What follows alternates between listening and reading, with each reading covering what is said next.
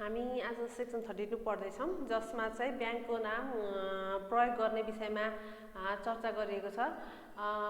कुनै पनि कसैले पनि राष्ट्र ब्याङ्कको स्वीकृति लिन नलिकन चाहिँ ब्याङ्क तथा वित्तीय संस्थाको नाम प्रयोग गर्न पाइँदैन भनेर स्पष्टसँग यसमा लेखिएको छ। साथै यसमा अन्य विदेशी ब्याङ्क तथा वित्तीय सङ्घ संस्थाले पूर्व स्वीकृति नलिकन ब्याङ्कसँग सिमिलर देखिने नाम अथवा ब्याङ्कको वित्तीय कारोबारहरूको सङ्केत दिने विश्लेषण दिने जस्ता किसिमको अर्थ लाग्ने शब्दहरू समेत प्रयोग गर्न पाइँदैन भनेको हो। र उपदफा 3ले के भन्छ भने जेसुकै लेखे पनि प्रचलित कानुनमा रजिस्टर भएर अथवा अन्तर्राष्ट्रिय सम्झौता प्राप्त गरेर चाहिँ कुनै पनि संस्थाले त्यो प्रयोग गर्न पाउनेछ। साथै कुनै पनि ब्याङ्क तथा वित्तीय संस्थाहरूले प्राय इन्कर्पोरेसनको लागि निवेदन पेश गरिसकेको छ भने 6 महिनाभित्रमा त्यो ब्याङ्कको नाम प्रयोग गर्न सकिन्छ भन्ने कुरा हो। हामीले सेक्सन 3 मा इन्कर्पोरेसनको बारेमा यो विषयमा पढेको छौँ। यस पछाडि आउँछ हाम्रो ब्याङ्क तथा वित्तीय कारोबार गर्ने इजाजत पत्र प्राप्त गर्न निवेदन दिनुपर्ने भन्ने कुरा हो। सेक्सन 33 मा यो क्वेसन एकदम सोध्न सक्छ, इम्पोर्टेन्ट कुरा हो। हामीले अगाडि पढेको सेक्सन 3 मा पढेको इन्कर्पोरेसनको लागि हो। यो भनेको लाइसेन्सको लागि, अब कारोबार स्टार्ट गर्नका लागि, त्यो भनेको ब्याङ्कलाई स्थापना गर्नका लागि अनुमति लिने कुरा थियो सेक्सन च्याप्टर 3 मा भने। अब यो कुरा भनेको कारोबार ब्याङ्किङ ट्रान्जेक्सनलाई सुरु गर्नको लागि इजाजत पत्र हैन तपाईको लाइसेन्स लिने कुराको हो। As per section 33 application to be made to obtain a licence for carrying on banking and financial transaction भन्ने कुरा हो। यसमा के भन्छ भने सुरुमा एनआरबीमा तपाईले लाइसेन्स ग्रान्टको लागि एप्लिकेसन दिनुपर्ने हुन्छ। त्यो पनि नेपाल राष्ट्र ब्याङ्कले तोकेको फीसँग दस्तुरसँग लाइसेन्स दिनुपर्ने हुन्छ। साथै उपदफा 2 मा विभिन्न कागजपत्रहरू पनि संलग्न गर्नुपर्छ भनेर भनेको छ। यसमा हामीले इन्कर्पोरेसनमा पनि यो कागज थियो, त्यसलाई एकदम सिमिलर तपाईले कम्पेयर गर्दै पढ्नु होला। यसमा पनि memorandum of association, article of association and certificate of incorporation, यसमा एउटा नयाँ कुरा सर्टिफिकेट अफ इन्कर्पोरेसन भनेको तपाईको जुन इन्कर्पोरेसनको लागि प्रचलित कानुन अनुसार स्थापना गर्नको लागि जुन एनआरबीबाट तपाईले इन्कर्पोरेसनको सर्टिफिकेट पाउनुभएको हुन्छ, प्रमाणपत्र पाउनुहुन्छ, त्यसको सर्टिफिकेट पनि संलग्न गर्नुपर्ने हुन्छ। सेकेन्डमा तपाईले ब्याङ्क तथा वित्तीय संस्था कहाँ खडा गर्ने, तपाईको भौतिक पूर्वाधारहरू, तपाईको कार्यालयको भवन भाडामा लिने भए भाडा बहालसँगको तपाईको रेन्टको कन्ट्र्याक्ट सम्झौताहरू, साथै भाडामा लिएको भवनको विवरणहरू, अनि सेवा सुविधा प्राप्त गर्न सक्ने पर्याप्त आधार रहेको विवरणहरू, त्यो बिल्डिङमा तपाईले एउटा ब्याङ्कलाई रन गर्नलाई आवश्यक सबै तपाईको संरचनाहरूको विवरण पनि नेपाल राष्ट्र ब्याङ्कमा फाइनेन्सियल ट्रान्जेक्सन क्यारी आउट गर्नको लागि लाइसेन्स लिने क्रममा हामीले पेश गर्नुपर्छ। गोवामा आउँदाखेरि संस्थापकले जुन लिन कबुल गरेको तपाईको प्रमोटर सेयर्सको पार्ट हुन्छ, त्यो पार्टको अमाउन्ट हामीले फुल्ली पेड गरेको छ भन्ने कुराको इभिडेन्स पनि नेपाल राष्ट्र ब्याङ्कलाई देखाउनु पर्छ। साथै ब्याङ्क तथा वित्तीय संस्थाको कर्मचारीहरूलाई दिने सेवा, शर्त र सुविधा हैन सर्भिसेसहरू, कन्डिसनहरू, फ्यासिलिटिजहरूको सम्बन्धी नियम कानुन जुन आर्टिकल अफ एसोसिएसनमा लेखेको हुन्छ त्यो विनिमयलाई, अनि साथै आर्थिक प्रशासन सम्बन्धी विनिमय, त्यहाँको इकोनोमिक तपाईको फाइनेन्सियल सिस्टमको रेगुलेसनको कुरा र लोन कर्जा अपलेखन सम्बन्धी विनिमय पनि हामीले नेपाल राष्ट्र ब्याङ्क समक्ष बुझाउनु पर्ने हुन्छ। गोवामा आउँदाखेरि के भन्छ भने कारोबार गर्ने मुख्य स्थान र शाखाको स्थान यकिन भइसकेको भए सोको ठेगाना तपाईको हेड अफिस कहाँ हुन्छ प्लस ब्रान्चहरू कहाँ खोल्ने, यदि तपाईहरुले लोकेसन पनि फाइन्ड आउट भइसकेको छ, यकिन भइसकेको छ भने त्यसको एड्रेस पनि नेपाल राष्ट्र ब्याङ्कलाई बुझाउनु पर्ने हुन्छ लाइसेन्स लिने बेलामा, अपरेसनको लाइसेन्स लिने बेलामा। साथै ब्याङ्क तथा वित्तीय कारोबार गर्नको लागि राष्ट्र ब्याङ्कले तोकेको शर्तहरू पालना गर्ने कुराको मन्जुरी सबै पनि नेपाल राष्ट्र ब्याङ्कले दिएको अर्डर डिरेक्टिभ्सहरू चाहिँ फलो हुन्छ है भनेर एउटा रिटन कन्सेन्ट पनि हामीले दिनुपर्ने हुन्छ हैन। साथै तपाईको ब्याङ्क तथा वित्तीय संस्थाको व्यावसायिक रणनीतिहरू सञ्चालन गर्ने कार्यहरूको प्रकृति, आन्तरिक नियन्त्रण होइन, इन्टर्नल कन्ट्रोल, अनि रिस्क म्यानेजमेन्ट, जोखिम व्यवस्थापनको प्रोसेसहरू सबै समेट्ने गरे पारेको एउटा बिजनेस प्रपोजल पनि नेपाल राष्ट्र ब्याङ्कलाई व्यावसायिक योजना भनौँ नेपाल राष्ट्र ब्याङ्क समक्ष पेश गर्नुपर्ने हुन्छ। साथै सञ्चालक र पदाधिकारीहरूको नामावली तथा पदाधिकारीहरू हुन योग्य रहेको विवरण पनि, प्रमोटर्सको डाइरेक्टर्सहरूको details, address as well as directors डिटेल्सहरू क्वालिफाइड छन् भनेर हामीले सेक्सन 17 मा पनि कुरा गर्यौँ। त्यो क्वालिफाइड छ भनेर पनि त्यस्ता क्वालिफाइड प्रमाण हुने कुराहरू, योग्य रहेको कुराहरूको विवरण पनि हामीले दिनुपर्ने हुन्छ। अर्को, ब्याङ्क तथा वित्तीय कारोबार सञ्चालन गरिन्छ राष्ट्र ब्याङ्कले समय समयमा तोकेको जुन कानुनहरू छ, तोकिदिएको बमोजिमको जुन न्यूनतम पुँजी छ त्यो पनि हामीले कायम राख्ने प्रतिबद्धता पनि जान्छ। तपाईँको नेपाल राष्ट्र ब्याङ्कले हाम्रो जुन ब्याङ्कहरूलाई वर्गीकरण गरेको छ त्यो वर्गीकरण अनुसार एउटा मिनिमम क्यापिटल मेन्टेन गर्नुपर्ने कन्डिसन छ, त्यो हामी नेक्स्ट क्लासहरूमा फेरि पढ्नेछौँ। त्यो पनि कायम हुन्छ, मिनिमम क्यापिटल रिक्वायरमेन्ट हामी राख्न सक्छौँ भन्ने कुराको प्रतिबद्धता पनि दिनुपर्ने कुराहरू छ। साथै भविष्यमा आउने जोखिमहरूलाई म्यानेजमेन्ट गर्ने कुरा, इन्टर्नल कन्ट्रोल गर्ने कुरा, आन्तरिक नियन्त्रण गर्ने सिस्टमहरूको प्रतिबद्धता पनि नेपाल राष्ट्र ब्याङ्क समक्ष बुझाउनुपर्छ र नेपाल राष्ट्र ब्याङ्कले कुनै पनि कागजहरू मागेमा समयसम्म तोकेको अन्य कागजपत्रहरू पनि दिनलाई उसले हामीले कागजहरू दिन पर्ने हुन्छ। विवरणहरू, कागजपत्रहरू नेपाल राष्ट्र ब्याङ्कमा पेश गर्नुपर्छ। साथै हामीले अगाडि पनि कुरा गऱ्यौँ, विदेशी ब्याङ्क तथा वित्तीय संस्थाले पनि नेपालमा जोइन्ट भेन्चरमा होइन अथवा नेपाली सिटिजनको पार्टनरसिपमा अथवा फरेन ब्याङ्कको ब्रान्चहरू नेपालमा पनि रन गर्न सक्छन् भन्ने कुरा पनि गरेको थियौँ।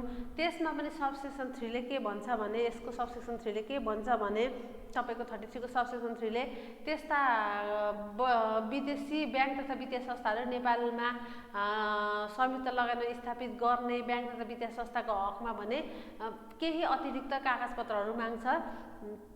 त्यो कागजपत्रहरूलाई पनि यहाँनिर लेखिएको छ। त्यसमा के हो भने letter of consent approval given by the government of the consent country भन्नको मतलब जुन विदेशी ब्याङ्कको हेड अफिस जुन देशमा रहेको छ त्यहाँनिर त्यो ब्याङ्कले पाएको लाइसेन्सको फोटोकपी, अनि त्यो ब्याङ्कले डिसिजन गरेको ब्याङ्क खोल्ने भनेर डिसिजन गरेको कन्सेन्ट पेपरहरू, त्यो देशमा त्यो देशको देशले पाएको स्वीकृति, साथै त्यस्ता ब्याङ्कहरूले नेपालमा खोल्न लाग्दाखेरि नेपाल सरकारबाट लिएको स्वीकृति पत्रहरूलाई पनि समावेश गर्नुपर्ने हुन्छ।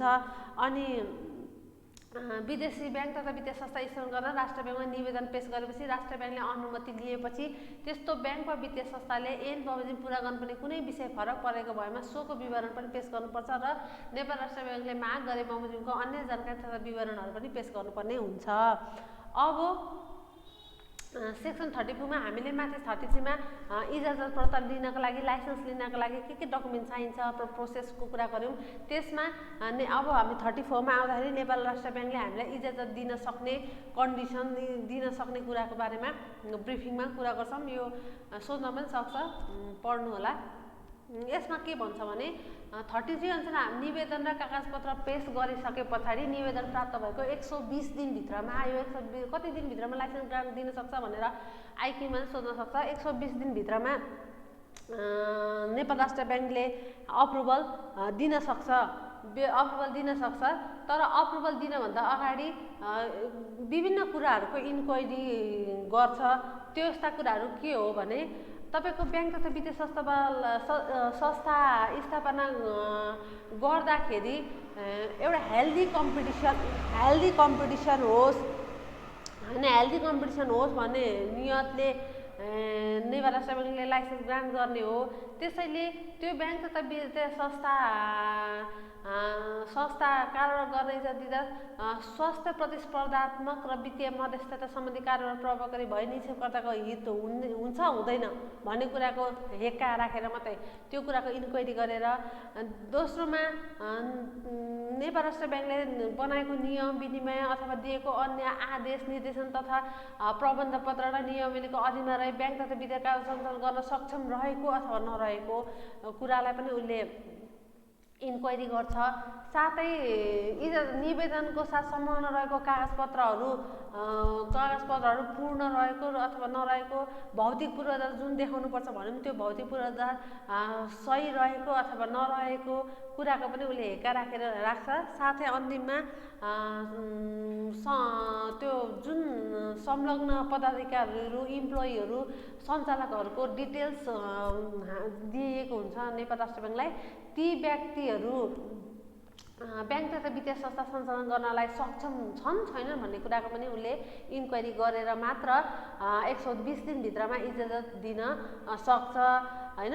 अथवा इजाजत दिँदा इजाजत लागु हुने मितिमा सोही मितिबाट त्यस्तो मिति नतोकेमा इजाजत पत्र जारी भएको मितिबाट त्यस्तो इजाजत पत्र प्रारम्भ भएको मानिन्छ। अथवा इजाजत पत्र दिँदाखेरि त्यहाँनिर मिति तोकेको पनि हुनसक्छ, मिति नतोकेमा इजाजत पत्र प्राप्त भएको दिनबाट इजाजत पत्र प्रारम्भ भएको भनेर बुझिन्छ भन्ने कुरा मात्रै हो, यसमा अरू ठुलो कुरा केही छैन।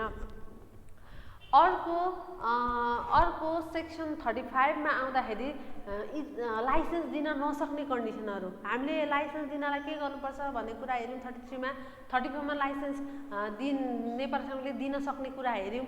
35 मा आउँदाखेरि लाइसेन्स नदिन पनि सक्छ। किन नदिन सक्छ भन्दाखेरि यी विभिन्न कारणहरूले नदिन सक्छ। पहिलोमा यदि जुन ब्याङ्क तथा वित्तीय संस्थाहरू छन् तिनीहरू जुन स्थापना हुन गइरहेका छन् त्यस्ता ब्याङ्क तथा वित्तीय संस्थाले नेपालको वित्तीय प्रणालीको स्थायित्व, स्वच्छ प्रतिस्पर्धा र विश्वसनीयता उप प्रतिकूल असर पार्ने भएमा तपाईको पुरा ब्याङ्किङ सिस्टमलाई चाहिँ एडभर्स इफेक्ट हुने सिचुएसन आयो भने अथवा नकारात्मक प्रभाव पर्ने सिचुएसन आयो भने पनि नदिन सक्छ।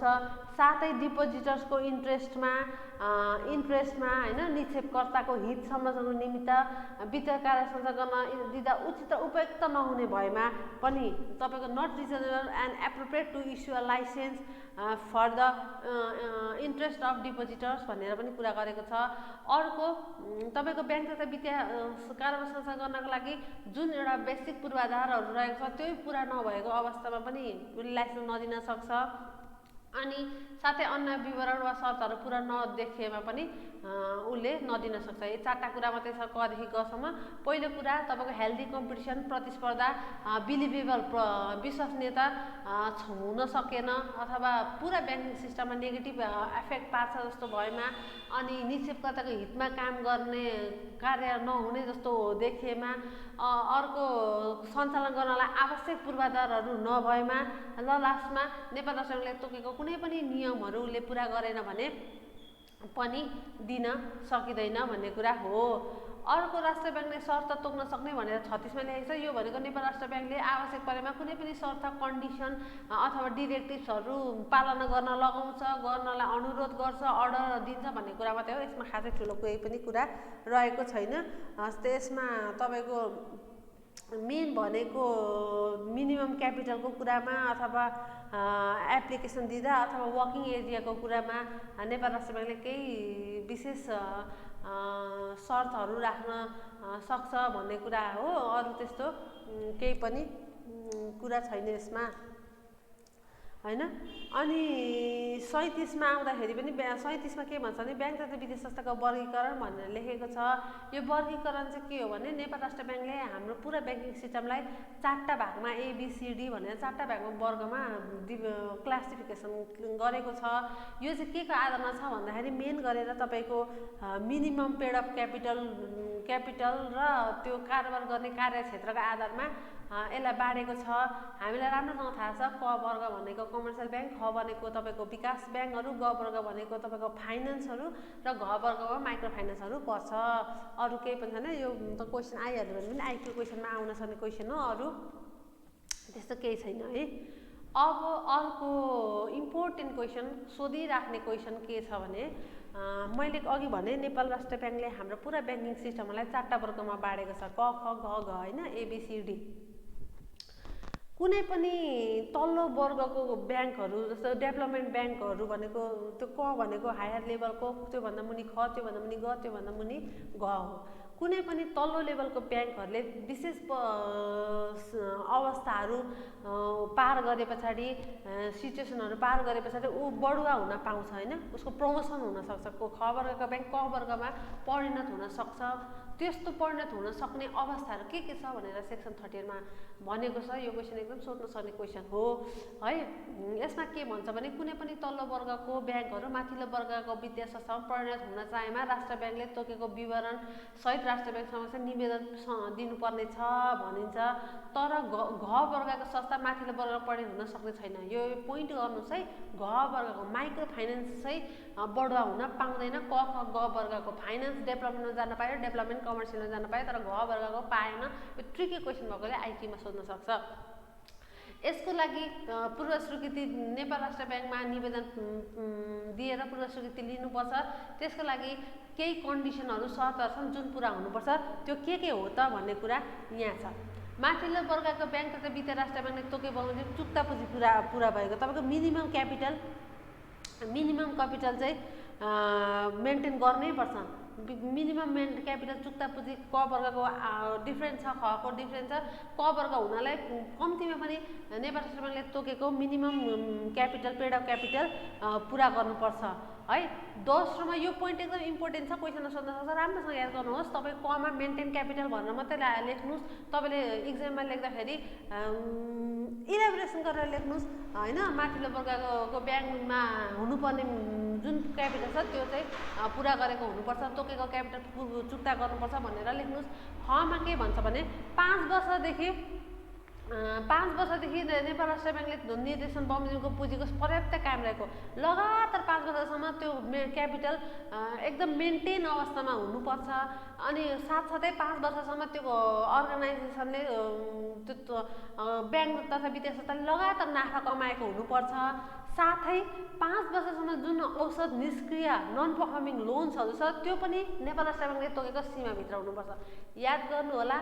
फर्स्टमा क्यापिटल फन्ड मेन्टेन गर्नुपर्छ माथिल्लो वर्गमा अपग्रेड हुनको लागि। सेकेन्डमा 5 वर्षसम्म त्यो क्यापिटल फन्डलाई कायम गरेको हुनु पर्यो। 5 वर्षसम्म प्रफिट कमाएको हुनु पर्यो। 5 वर्षसम्म निष्क्रिय कर्जा चाहिँ राष्ट्र ब्याङ्कले तोकेको सीमाभित्र हुनु पर्यो है। घमा आउँदाखेरि जुन प्रारम्भिक खर्च छन् तिनीहरू राइट अफ भइसकेको हुनुपर्छ। प्रारम्भिक खर्च भनेको प्रिलिमिनरी एक्सपेन्सेसहरू हामीले क्लास 12 मा पढेको थियौँ। प्रिलिमिनरी एक्सपेन्सेस ब्यालेन्स सिटको एसेट्समा जान्थ्यो होइन। त्यो भनेको के हो भने अर्गनाइजेसन स्थापना गर्दाखेरि सुरुमा लगानी गरेको भएको जुन खर्च हुन्छ त्यो भनेको हाम्रो सम्पत्ति हो। पछि रिटर्नको लागि हामी अहिले खर्च गर्दैछौँ भन्ने सोच हो। त्यो जुन प्रिलिमिनरी एक्सपेन्सेसहरू छ त्यो राइट अफ भइसकेको हुनुपर्छ। घमा आउँदा के भन्छ भने जुन अर्गनाइजेसनको सेयरहरू निष्कासन गर्नुपर्ने सेयरहरू छ, जेनरल अर्डिनरी सेयरहरू छ, त्यो सेयरहरू निष्कासन भएर बाँडफाँड भइसकेको। हामीले के पढेको छौँ? नेपाल राष्ट्र ब्याङ्कले को डिरेक्टिभ अनुसार सबै ब्याङ्क तथा वित्तीय संस्थाले आफ्नो 30% सेयर चाहिँ जेनरल पब्लिकको लागि छुटाउनुपर्छ भनेर पढेको छौँ नि। त्यो सेयर चाहिँ निष्कासन भइसकेर बाँडफाँड भइसकेको घमा आउँदाखेरि तपाईँको माथिल्लो वर्गको ब्याङ्क तथा वित्तीय संस्था प्रणाली हुनको लागि साधारण सभाबाट विशेष प्रस्ताव पारित हुनुपर्छ। स्पेसल रिजोल्युसन पनि पास भइसकेको हुनुपर्छ भनेछ। लास्टमा अरू राष्ट्र ब्याङ्कले दिएको अन्य शर्तहरू पुरा भएमा हामीले ख वर्गलाई क वर्गमा, ग वर्गलाई ख वर्गमा सार्न सक्छौँ। तर घ वर्गको भने हामी चेन्ज हुँदैन भन्ने कुरा हामीले पढ्यौँ। यो कदेखि चसम्मको पोइन्ट एकदम सजिलो छ। तपाईँ एकदम सिम्पल तरिकाले याद गर्नुहोस्। फर्स्टमा क्यापिटल फन्ड मेन्टेन गर्ने भन्ने कुरा। सेकेन्डमा क्यापिटल फन्ड 5 वर्षसम्म नाफा कमाएको, नन पर्फर्मिङ लोन सीमाभित्र भएको र क्यापिटल मेन्टेन भएको 5 वर्षसम्म। गमा आउँदा प्रिलिमिनरी एक्सपेन्सेस राइट अफ भइसकेको हुनुपर्ने। अर्को सेयर निष्कासनको गरिसकेको हुनुपर्ने। अर्को साधारण सभाबाट स्पेसल रिजोल्युसन पास भइसकेको हुनुपर्ने र नेपाल राष्ट्र ब्याङ्कले अन्य पुरा गर भनेर तोकेको शर्तहरू पुरा भएको हुनुपर्ने भनेर यति सजिलो छ। यो क्वेसन एकदम आउन पनि सक्छ। राम्रोसँगले हेर्नु होला। र यति कुरा भइसकेपछि नेपाल राष्ट्र ब्याङ्कले ब्याङ्क तथा वित्तीय संस्थालाई प्रचलित नियम कानुन र नियमावलीमा रही माथिल्लो वर्गको ब्याङ्कमा जानको लागि अपग्रेड हुनको लागि इजाजत दिन सक्छ भन्ने कुरा हो है त। अब यहाँसम्म आइपुग्यो। लास्टमा सेक्सन 39लाई पनि हेरिहालौँ। यो भनेको सूची प्रकाशन गर्नुपर्ने भन्ने छ। यसमा त्यस्तो खासै ठुलो कुरा केही छैन। नेपाल राष्ट्र ब्याङ्कले चाहिँ तपाईँको ब्याङ्क तथा वित्तीय संस्थाको लिस्टहरू अनि कारोबारहरूलाई चाहिँ होइन क्यापिटल फन्डलाई अनि कुल कर्जा, निष्क्रिय कर्जाको अवस्था समेत विवरण खुलाइकन एउटा राष्ट्रिय पत्रिकामा सूची प्रकाशन गर्नुपर्ने भन्ने कुरा मात्रै हो। 39मा आउँदाखेरि प्रदेशमा वित्तीय संस्थाको सञ्चालन सम्बन्धी व्यवस्था भनेर भनेको छ। यसलाई हामी नेक्स्ट क्लासमा राम्रोसँग हेर्छौँ। यहाँ हामीले 39 क भनेर छुट्याएको छ। 39मा चाहिँ सूची प्रकाशन गर्नुपर्ने भन्ने कुरा मात्रै लेखिएको छ है त।